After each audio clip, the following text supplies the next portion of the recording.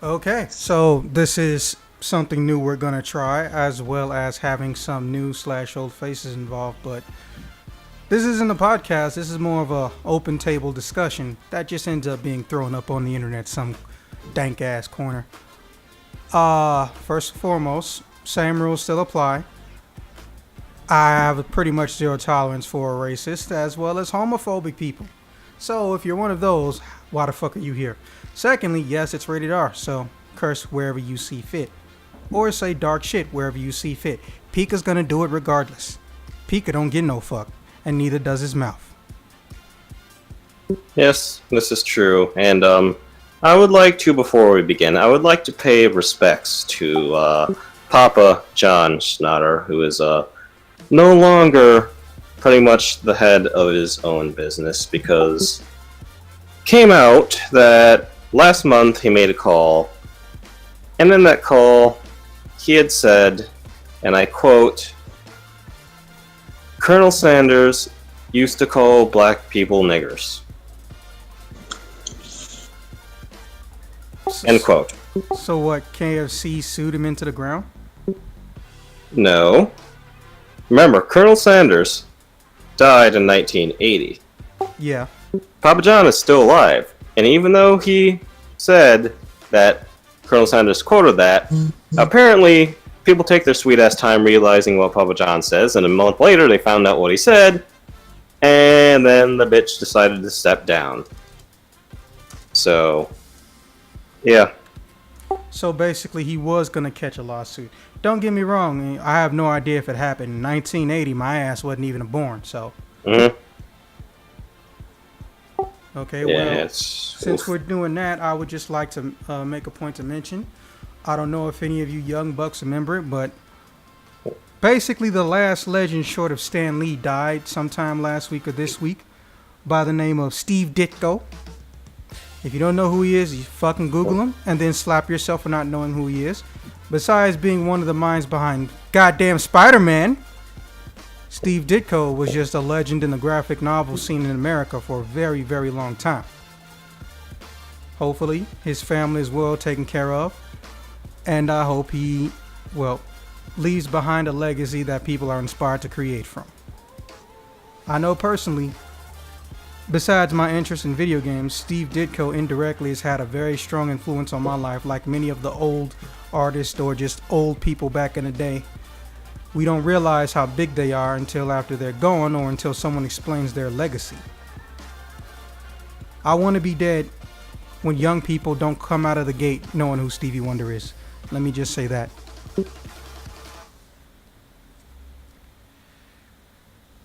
May his pen be forever inked and his spirit forever happy. Okay, moving on. Alright, so I'm not sure if you guys are aware what the topic is for this discussion, but that's perfectly okay because you kind of aren't supposed to. Feel free to Google or look up whatever you want to with a little bit of source material I provided. Like I said, go to the last 7-ish minutes of that YouTube. But as we all know, YouTube has been randomly changing their monetization policy without confirmation or explanation, as well as trying to blame many, many things that happen on the algorithm or just flat out fucking lying. Yeah. Not too long ago, YouTube, or initially, when you link to Patreon or mention Patreon, they tried to flag your video or they tried to add TOS, terms of service, and claim you were in violation. Due to circumstances that we'll never have explained to us, this was altered. Secondly, the boycott apocalypse happened, which was in the past 7 to 8 years. Long story short, people were pulling their ads from YouTube videos based on what the subject matter might have been, because at the time, YouTube was kind of sort of doing it randomly. What they would establish in front of people's videos based on loose recommendation data. The problem is that eventually this got out to the public. So then that's when they really went ham on the algorithm train. The problem is the algorithm is still an idiot. However, there were also things YouTube allegedly, and I stress the term allegedly because we don't know if this screenshot of a text document is real or not, was doing behind the scenes because they realized they were fostering a bully culture. One of the main reasons, again, allegedly, from this document, which brought him up by name. Am I the only one on push to talk? Wait, what's going on? Am I the only one on push to talk? I think so. I think I'm being quiet. Pretty sure. So I feel like I'm hearing somebody breathe.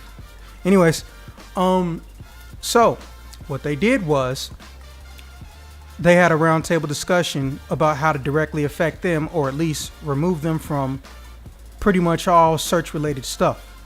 Chief among them was Leafy is here, and somebody else, but I think his name was Filthy Frank or something along those lines, as well as more recently Jake Paul. Now, that being said, one of the things that no one could truly verify was what caused all of the YouTubers, especially the ones that weren't douchebags, to have little to no monetization, even though they had millions of followers, or they have millions of subscribers, but only 100 to 200,000 see their shit. YouTube's excuse is they made the bell notification system to help optimize stuff, as well as, fine-tune their algorithm. However, this is putting YouTube channels out of business, or it's forcing them to acquire donations through mention of Twitch, streaming, and Patreon. Now, for those of you who don't read the terms of service, which is all of us, YouTube has a very, very, very specific punishment for people who push traffic off of their website. The first mark, or the strike, non-copyright strike, is the removal permanently of the ability to stream. Most notably, Linus Tech Tips, one of the nicest and skinniest guys you'll ever meet in the YouTube sphere or the tech world, a true, pure 100% distilled nerd who just happens to have good social skills, mentioned he was going to stream in one of his videos, put a link up, and was instantly banned from streaming on YouTube. He mentioned this to YouTube directly. Everyone saw this, and YouTube claimed, we didn't do that. All we did was say that you're not allowed to push traffic off of our website. So they gave him a permanent strike saying he can't stream. So even if he wanted to convert his Twitch over to being his YouTube predominantly, he can't. And instead of owning up to it, they gave that bullshit excuse. By the way, pretty much everything I'm mentioning is clipped and in some way mentioned in the YouTube video I sent you, but it's kind of long. That's why I said only worry about the last 7 minutes of it. Speaking of, for those of you who don't see this, the YouTube video I'm referencing is Comic Book Girl 19's final episode of her YouTube show, episode 117, which, just going from the last episode, is almost a 2.5 month wait. In this video, to summarize, she explains why she's been missing and that her YouTube was constructed as a leader loss format. Now, for those of you not in the world of business, a leader loss format means you're doing something that gets you attention and people to possibly pay for your product or increases your brand recognition. However, it is not something done that generates profit. So her YouTube never generated profit, even though she's in the 6 figures when it comes to subscribers. But it's because she got caught up in the shit show / shitstorm. So she got hit with the bell notifications, which no one was told about. And as you know, YouTube moves around their inbox constantly. In fact, since they've been inceptionized, YouTube has moved the inbox and hidden it, or they claim they're not hiding it, 14 times. In fact, I actually don't know where the message inbox even is anymore. And now, one of their most recent features that was perfectly fine, the feed comment section, or the feed for the individual channels, they have now set up and messed up. So she spent like half of the video trying to fight back tears. She mentioned all YouTube really had to do was do a subscription program Everyone still gets their shit for free, but at the same time, you can go in and, you know, pay for it to possibly get some type of premium or advanced videos. Not to mention, fucking, they also have their own subscription program where you don't have to watch ads in the first place called YouTube Red, along with YouTube Red exclusive shows. So basically, they're trying to come at Netflix as well as Twitch. But here's the thing. This shit doesn't happen at least for another damn near 3 months. Not to mention the downward spiral has been happening over the course of damn near 3 to 2.5 years. First thing I want to say to y'all is, did y'all have any idea shit like this was going on? Not really, no. I mean, I don't really pay attention to the whole subscriber / making money thing on YouTube. I remember a while back when I used to do YouTube more, I couldn't find the inbox anymore, so I just thought they might have gotten rid of it, but now that I know they were hiding it, it's pretty annoying. Jess? I had no idea.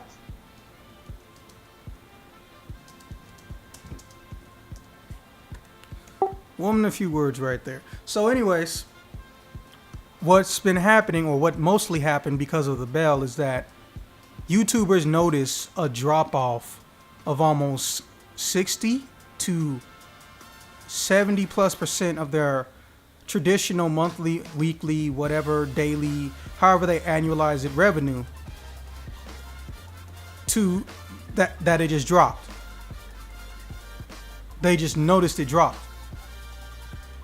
They also claim that they don't have a customer service number, but they actually just save it for YouTubers.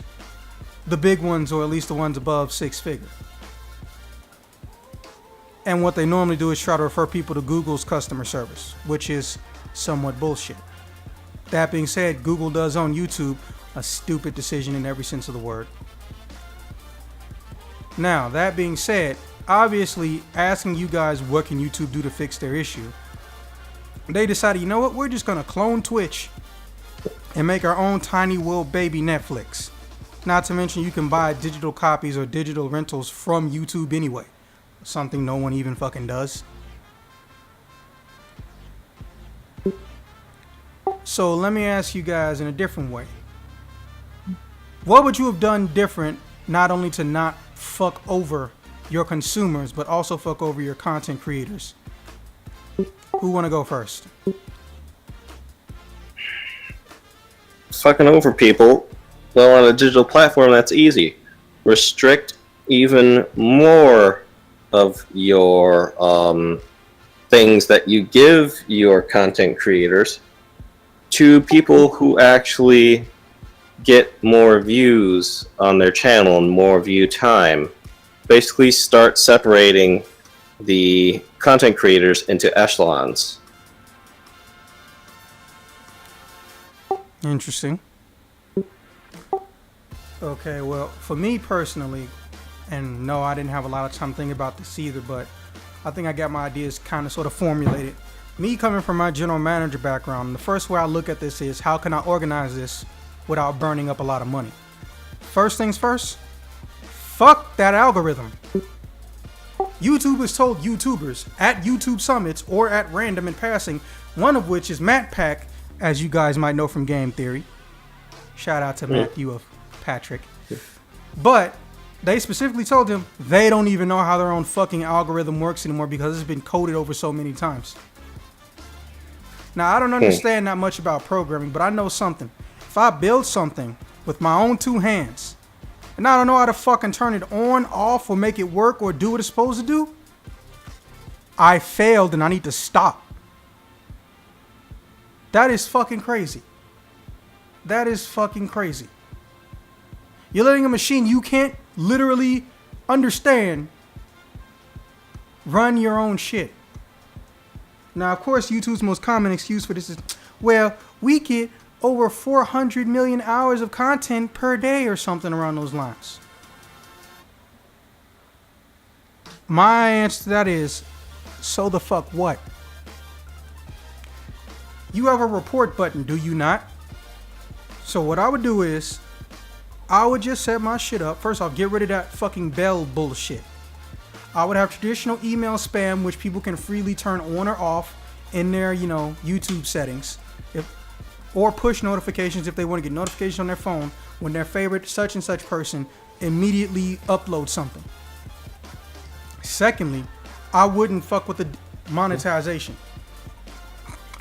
I would leave that shit directly alone, and I would give the YouTubers the option of having a subscription plan set up, or give them the option of having a donation style shit with Patreon just through my service. And you know what? Maybe I get $1 kickback per donation or something. Minimum like $5 or $4. Something simple. That's why Twitch does so well. They get a kickback from the subscriptions. We're not stupid. We know that's how they get their shit.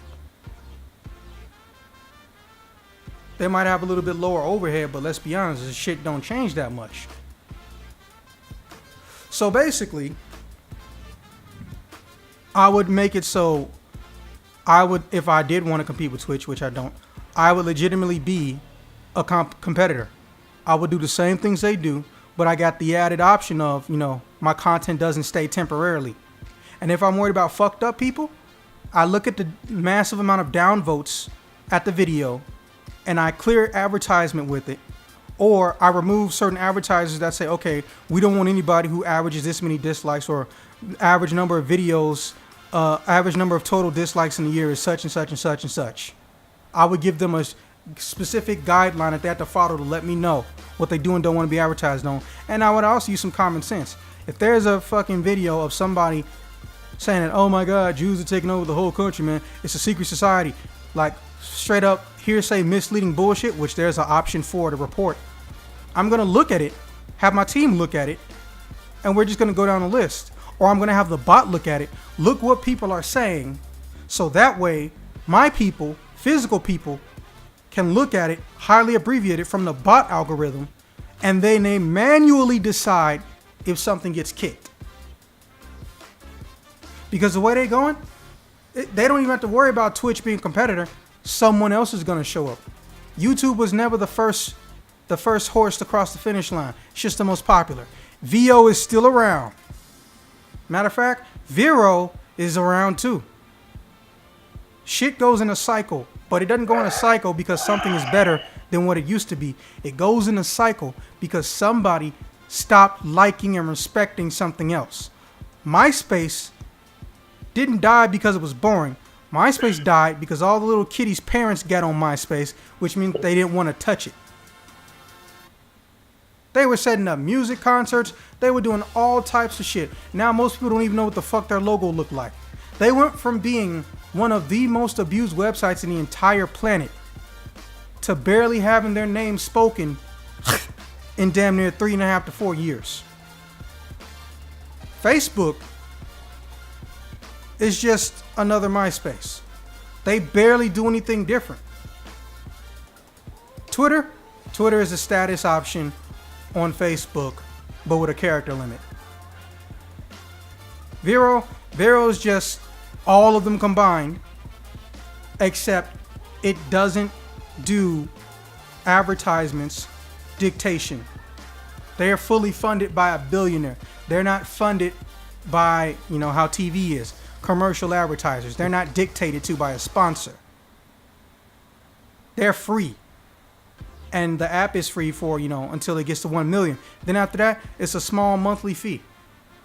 Personally, that's how I thought Facebook was going to work when I first heard about it. That's how I thought YouTube was going to work when I first heard about it. Because if you know anything about video editing like I do, one of the early things you know is that the data has to go somewhere. What you see in front of you is not all the footage. In fact, I can't remember how old the statistic is, so I apologize if I'm wrong, but if memory serves me right, the average movie, not even Hollywood, but movies total, that are produced digitally, the video editor usually drops roughly 40% of the footage for the final version. 40%. That's almost half, no matter what it is. Look at what they did with Avengers. I'm not going to give you guys any spoilers in case anyone hasn't seen it. Okay, first off, who hasn't seen it? Me, still haven't gotten there. I'll be Seen holding it. on to your black card until you see it. That being said, they shot an extra 30 to 35 minutes of footage, production grade footage completed with Thanos that was dropped from the fucking movie. It was just completely dropped. And they've already announced that there will be a Thanos edition, or basically the Blu-ray version will be the completed version as it was meant to be cut. The problem is that everyone's scared to go past the 2 hour and 20 minute mark. Most companies don't like to go past an hour 40. And almost every Marvel movie, at least the ones that they know are going to be really good, start at about 2 hours and go up. You know we can hear all that, right? Yeah, roommate's dog came out. Did you not want to put it on push to talk? It was a random thing. Anyways, so yeah, that movie initially, from beginning to end, including credits, that approximate runtime could get close to 240 or 245.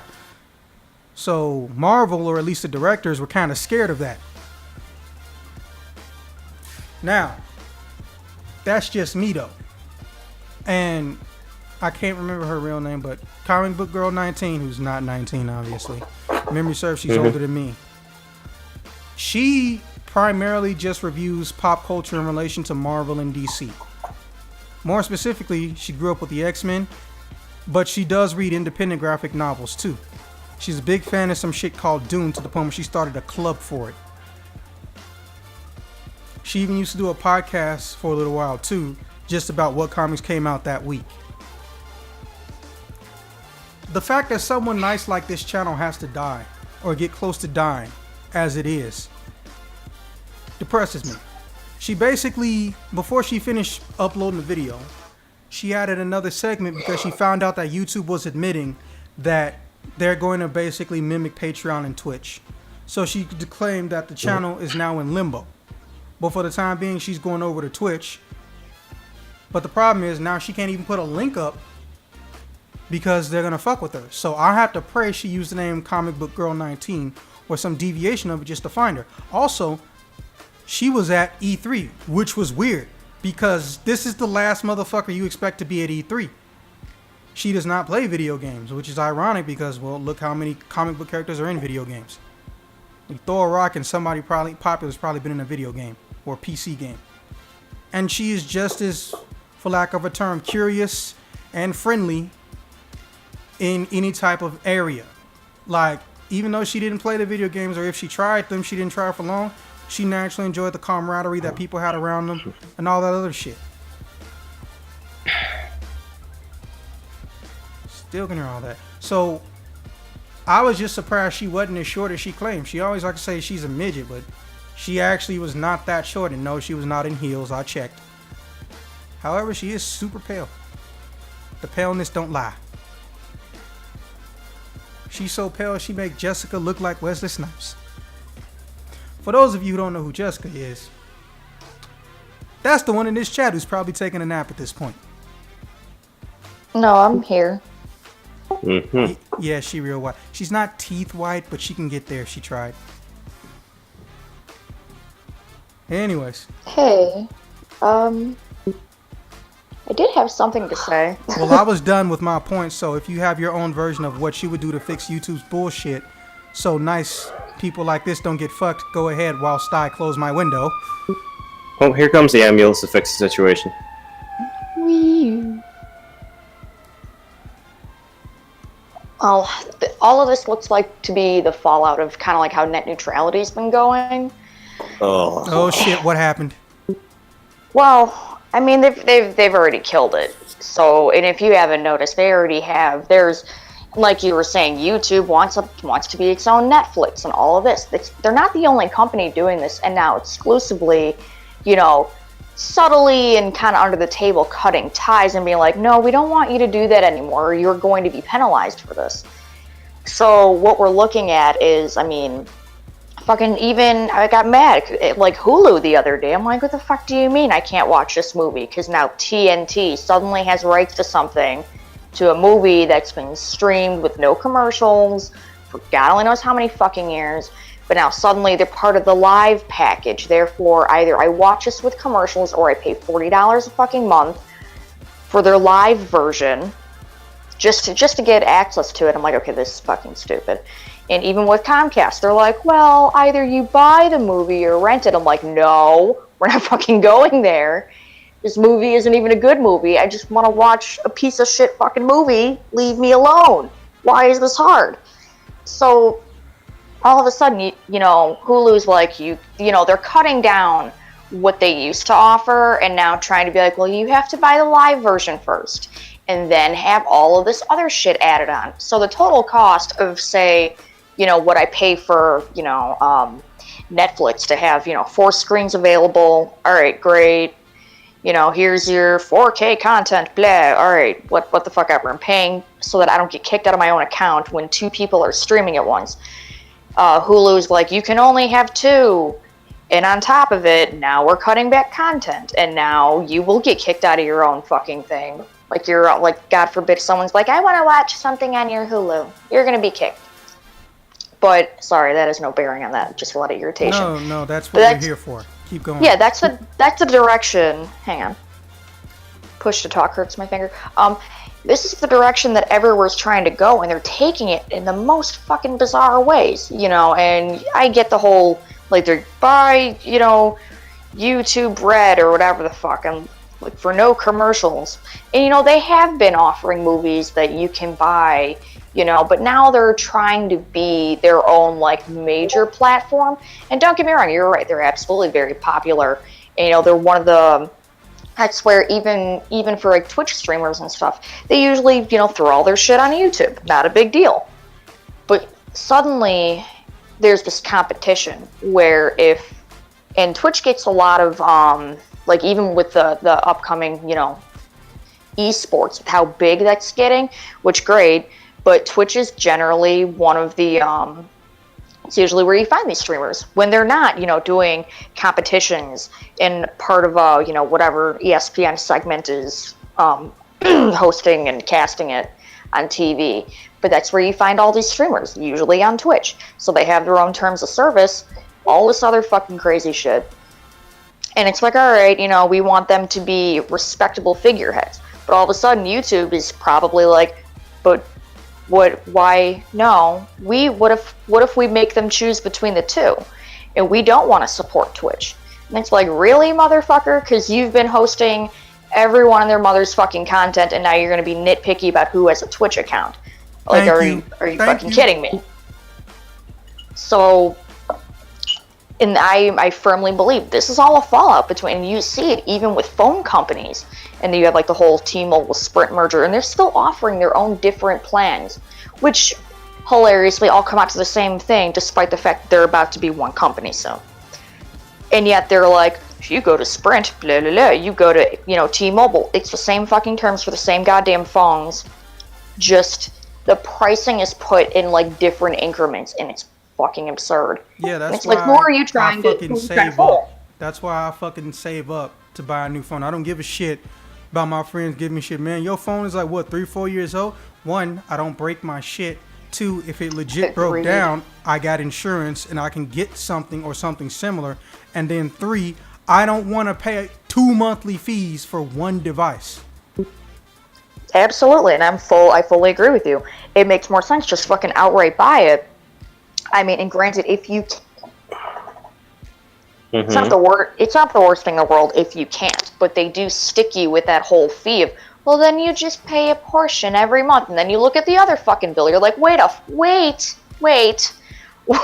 So you're telling me my bill is now more than when I could have gone to AT&T, which religiously rapes people. You cannot get around that. Their fucking monthly price is exactly what you would be paying if, say, whatever, pick a goddamn company. Only you own your phone more often than not. They'll give you, like, a free upgrade, or here, you pay $200, get this phone, you own it. Now, here's your monthly bill. I fell for that bullshit one time. Yeah. Well, back in the like It years used to ago, be, yeah. it used to be It was proper. so you much know, different Hey, shit. 200 phone is yours. You don't have to give it back. You own it. Yeah, it's like once they realize, oh shit, people stop asking questions, they realize, man, we can do a lot of fucked up shit and it won't hurt our publicity. Did you know T-Mobile, besides having contracts, they used to have veteran discount and they used to have a UPS employee discount, and all you had to do was provide your company email, or for military, just show proof of service. And they got rid of that shit and didn't tell nobody. But then I just saw a fucking Hulu ad for them. They're advertising veterans, family members get a discount on their lines. Like, what the fuck? What the fuck? And that's where all the bullshit comes in. And like, then, and then they say they don't have a offering contract. all these things. Like, look at this great thing we're offering. Wow, limited time only. It's like, motherfucker, you used to offer that like 3 years ago with absolutely none of these fucking fees applied. No, for 6 months, limited time. It's like, no, this used to be the standard, and now you're trying to sell it to me in fucking, DLC chunks. Like, what the fuck is this crap? That's a good one.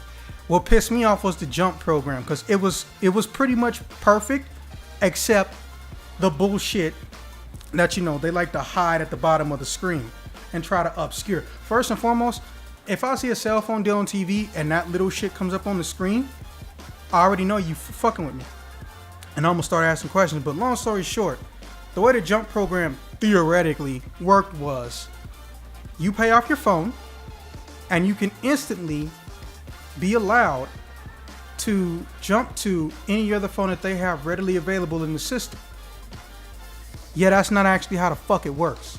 And I know because I experienced it. And how they trap you with this bullshit is very simple. They fucking don't tell you how it really works till you're already committed to doing a purchase, or there's something wrong with your phone and you got to get a new one. So you tell yourself, well, this is the best one. This is the best I can do, and it's fucking not. Okay, so what it does is, it lets you pick what you can freely upgrade to once you trade in your phone based on the value of that phone. And gotcha. I think a friend of mine fell into that, and she's like, I can just go to the new Samsung. And they mix in your credit.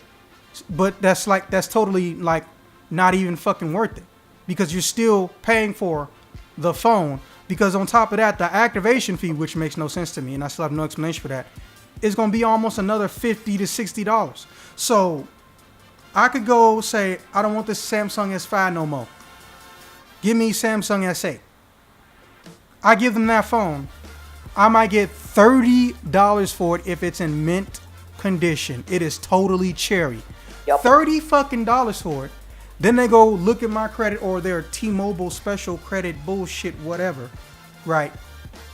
And what they'll do is go in there and they will fucking tell me, okay, well, these are the options you get that are free to upgrade to, but that phone you want, we can give you minus $30 difference off of it, or you can just go on the monthly payment plan for it.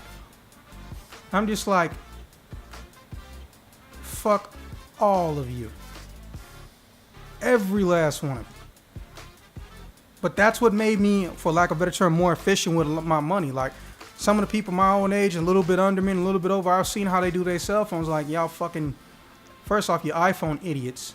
You complain about them slowing down your phone once they make a new one after you found out it was true damn near 10 years ago, but then you still buy the shit. Then on top of that, thank you, they keep trying to give you the phone on a discount, but it's not really a discount. They're letting you pay for a chunk of the phone, a small chunk of the phone, before they give you the full thing that you pay off for almost 2 years. When you could just as easily save up or pay for the phone 50%, so that way it only takes you 6 months to pay off. What they like to tell you is the one thing people can't afford to do. Oh, well, if you want, you can just make increased payments throughout the weeks, like maybe do $10 a week or $20 a week instead of one payment lump sum at the end of the month. But they know damn well people ain't got money like that. It's not a matter of being poor, it's just a matter of being fiscally responsible. You know that you ain't got enough to fucking do this shit, but you know your phone is worn down or it's gonna be broken and shit. And this is one of those situations where you're damned if you do, damned if you don't. Well, at least don't be stupid about it. Oh, you got an iPhone 7 and they want you to get an iPhone 10. Well, sorry, there's no iPhone 8s in our system. That's all right, bitch. I'm gonna go buy the iPhone 8 off online. Probably not gonna even get a new charger. And I'm gonna come back here. You gonna take this old phone and you gonna turn on this phone so that way I only gotta pay an activation fee. And it worked. I saved almost $400 per phone upgrade doing that for almost 7 years. Make a note of that. Because that's no bullshit. I saved almost $400 every phone upgrade doing that. Also, fuck Apple. That was just an example. Droid for life. Yay, Droid. Sorry, I'm waiting for the truck to pass. Nah, that's fine. When you're on push to talk, you can just, wait it out with your hand off the finger. Okay, when it comes to cell phones, I want one that's durable. I mean, and if a company is willfully and blatantly admitted to slowing down every phone upgrade, and they come out with one every 8 months, not even a year, every fucking 8 months. Eat a dick, Steve Jobs. What? Nothing. It's just the wind. I do hate the Bixby button, though. I disabled that. That was the first fucking thing I did. But when we got these phones, I absolutely agree. oh yeah, it was horrible. I'm like, why would you put this button here? Like, now you could hit it, bash it, it doesn't do anything. It doesn't link to anything I don't want it to. I want it to pretend it doesn't exist. So I got that going on. And, I had a Galaxy S4, and I made that fucker last. And when we got the S8s, we did it by switching, because my husband and I were on different plans individually. Went to one on T-Mobile. He got 2 phones. The other one he gave away, which met a terrible end. That was bad on his part. But there was buy one, get one free. And then here's, this money on a gift card or whatever that you can use. So it's cool, I can just pay my fucking credit card bill with it. Awesome. So overall, what he ended up spending on the phones, because when you do that and you outright pay for them, then you're fine for the most part. Granted, I'm sure what your method has probably been more sound and true, given that, yeah, you're right, most people don't have that kind of money on hand.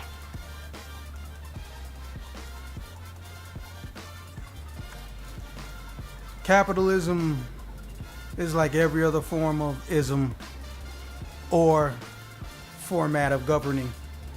It has So its it could ups, be- it has its down, but worst of all, I it did can not be kill that manipulated. phone.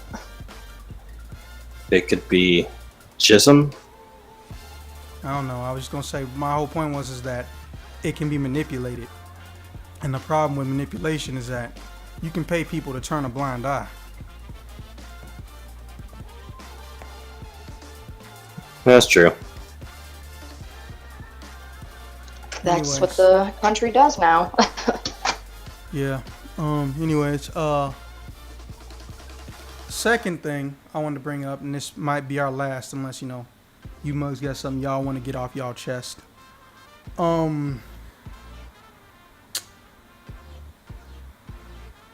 kind of sort of wondering who might have any interest, not so much, taking over the podcast for a week or some shit, but who might possibly want to hypothetically own it / run it in the future. Now, for the record, I haven't lost interest with talking with my friends and dicking around, obviously, but I might be in a situation where I'm going to move to Canada by way of Michigan. And when I say likelihood, it's not 50-50. It's more along the lines of 70-ish. And I don't know how long it's going to take me to get situated to a point where I can do the podcast. So, in the downtime, I wouldn't mind somebody running it. And if they don't want to fuck with the footage and shit, that's fine. You can still give it to me and I would publish it. Because my plate isn't full, but it's looking like it might get full heading towards the close of this year. Just going to throw that out there. So if y'all, got something y'all want to chime in on or add into it, get at me after the show. But the second thing I wanted to bring up was... Fuck. Hold on. I think I still got the link. Fuck, what I want to say.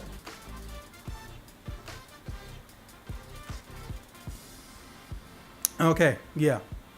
Alright, so long story short, DC has introduced a theme or an overarching theme in their books for the past year and a half of resurgence of heroes or some shit like that. They're basically creating new heroes. Not alternate versions of other heroes, new heroes, which, well, DC's pretty much been allergic to for quite some time. Yeah, that's right, I said it. I don't give a fuck about what you nerds think. But here's my thing I want to tell you guys. I've noticed that these heroes are pretty much legitimate Marvel ripoffs, to the point where they're even hiring the same popular writers who worked on their Marvel counterparts. So my question to you guys is very simple. Should we be looking at this as blatant ripoffs and plagiarism?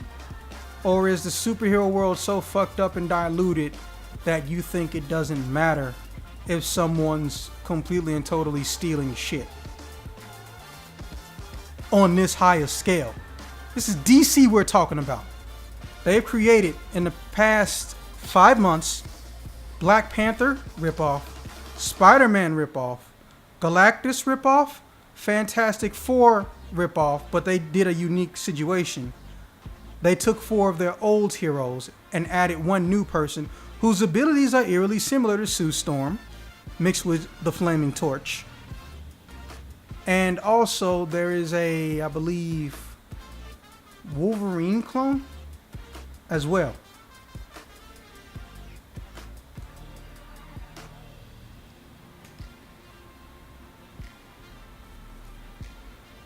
Y'all can say something now.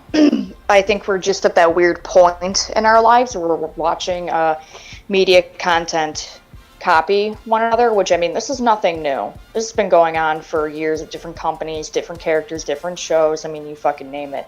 So I was like, oh, well, that's just basically a ripoff of this from, 20 or 30 years ago. I think we're just at the point where we get to see that happen now in a rival company. And I don't think that even prior to all of this happening, that we haven't seen similarities between several DC and Marvel characters. We're like, oh, they're the same fucking thing, just, different brand. I'm sure I can think of 5. Let me get my brain working. Okay, well, the Spider-Man clone is basically Miles Morales. However, he has Nightcrawler teleport, but is dimension hopping, not passing through hell. Fantastic Four clones. They took a character by the name of Mr. Terrific and Plastic Man, and they stuck him with 2 other people. They stuck them with 2 other people. One of them being Morpho, or Amazo, I can't remember his name. Whichever one is that really freaky looking hero where all of his body parts are different colors, but he's like silver tinted. He can basically be any material he wants to. And some new girl who is basically Sue Storm. She can turn invisible or intangible, but if she tries to become physical, she can actually burn and spontaneously combust shit. So you got the smart man and the stretchy man being 2 different people. You got the Thing, which is the dude who can morph his body into different hard materials. And you combine Sue Storm and Johnny Storm. That, to me, is so blatantly plagiaristic that it's almost sad. It is, but at the same time, there's no copyright on, abilities. And God, why can I not think of other fucking similarities? Other than you have the whole, the background of like certain characters are like, oh, that one's Marvel, that one's DC. What's the fucking difference? Their names, and that's about all you're gonna get. And even, we see it in anime all the time. I have not seen Black Clover, but like, oh, that's a blatant ripoff of, God, what was it? fucking bleach or something. I don't remember. But it's pretty common. It's around the world. It's, even religions date back to ripping one another off and just taking little elements but this happened that way and this happened that. It's like, no, it's the same fucking thing. And you're trying to repurpose it for your own, your new followers and this, and that's all it is. Now, is it, I don't know, ethical? No. Sound like manipulation to me. That's all I'm saying. Oh, I'm whoopsie, not disagreeing. I fully agree. It's all a blatant fucking ripoff, but should we be surprised? Probably not. What about you, Pika? People are just gonna copy famous shit to try to get famous themselves. Doesn't matter what country you're in. There's always gonna be knockoffs of the most popular stuff. It's really a damn shame. But people just gotta do what they gotta do to feed their families and keep living the quote-unquote good life.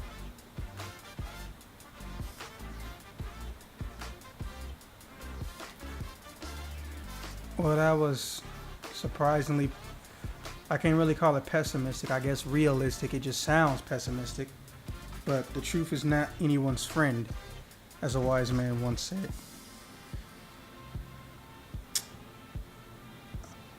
I pretty much stated how I feel.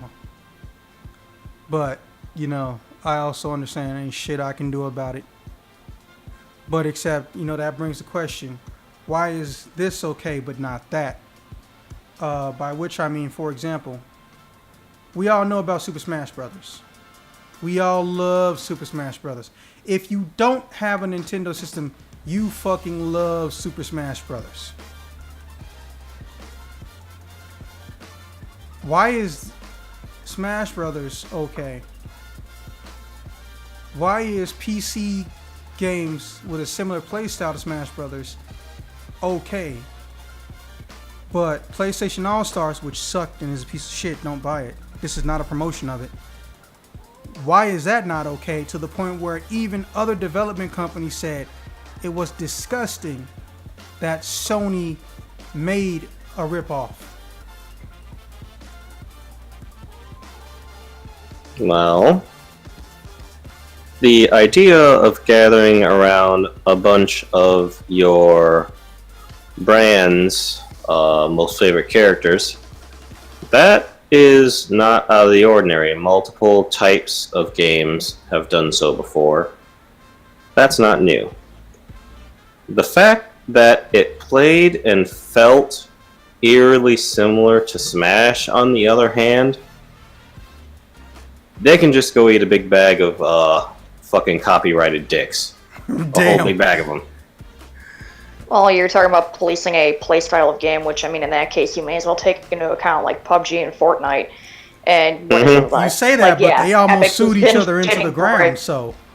Yeah, it's been pretty fucking ridiculous. And they're like, you can't do this. We don't like it. You're more popular than we are right now. And that's what it comes down to. Like, at first, they were like... I totally agree. Like, all bullshit aside, a game, there's actually, I think it's called the law or the rule of flair. I can't remember, a lawyer told me about this, but there's laws that state that you pretty much can't claim copyright, patent, or trademark on things that are a necessity or are considered a necessity in certain aspects of a field. Like, you can't trademark all wrenches ever and sue companies that make a wrench that isn't you, when all mechanics have to use it. And for video games, you can't trademark or patent or sue somebody for having a gun that makes the same noise as yours or looks like a gun that you made, even though you're not, the company that even made that brand. But yeah, there's a point to that, though. There is an exception. Yeah, to that's when it's fantasy engineered. So if you have like a PP7 silenced, the classic James Bond gun, you have that in your game. Technically, another game company using it can't sue you, but the company that makes that gun could fuck with you. Because if it's their gun with their name, they can come out. If it looks like their gun, they can't do shit. Because first off, No one even knows who invented half of these what we would consider modernized frames. And the companies that do can't do shit, thank God. And I don't say that as a dick move, but let's be honest. A greedy company that's not making a lot of profit will probably become sue happy. They call them patent trolls. But basically, the way we're set up in America is that no matter what your trademark, copyright, or patent is, well, no. Trademarks you can keep, but you have to viably be using them to renew them. Copyrights are just proof that you made something, and also you have ownership. And I forgot what the last one did, but basically those last two, copyright and patents, you hold or own for 30 years unless you relinquish ownership, and it is provable that you relinquished ownership. So if I invented the computer, technically, if you invent a computer and it functions like mine, looks like mine, I can sue you, but only for 30 years. Can you imagine how much computers would be if the person who made computers got like $5 off of every single computer sold? They would have more money than fucking God. Like, I feel like they would own an entire goddamn country. Well, I mean, you have to blatantly call it what it is by the name of which it was, designed and created and made under, whatever. So, I mean, like, even, you have, like, in every video game, they're like, oh, buy this dance, blah, blah, blah. And you're like, all right, cool. Like, you know where the dance is from. Like, if you're playing Destiny, you're like, dude, I'm buying the Elaine dance from fucking Seinfeld. They're not going to call it that. They will never tell you where it comes from. And it's not like fucking Larry David can come down with a ton of bricks and be like, no, you can't have that. It doesn't work that way. So, I mean, there are loopholes and ways that you can skirt it, but what it comes down to and why you have these lawsuits is that you took this idea from us, and it's like, no, this was a collaborate, like PUBG and Fortnite. It's like you had a bunch of fucking developers all working toward the same goal with the same game style in mind. All of them designed it. Now, did they end up staying with the same game? No. Just some of them, they're like, well, they blatantly just took this. No, they didn't. They helped fucking develop it too. So fuck you that you're mad that you took this idea that we put out on the market first, but you're doing better and we don't like it. It's like, you better fucking suck it up, because I don't know what to tell you. That is how progress is done. That is how you cater to people. When you take something and do it better, fuck you, that's theirs. Slow clap. I would totally slow clap, but I would have to jam my elbow into the laptop to do it. Anyways, well, Jess, I don't know if you're going to stick around for the podcast that me and Pika about to do. I mean, doesn't matter if you know the topics or not. I already told you, you're always welcome. But there's only 3 of them. But yeah, I mean, this was definitely nice to do. I'm not sure what I'm going to label this video. Probably a discussion on YouTube's inadequate subscription policy, or the destruction of YouTube's own content creators, and go from there. Now I'm just going to look at the runtime real quick. I gotta make a phone call.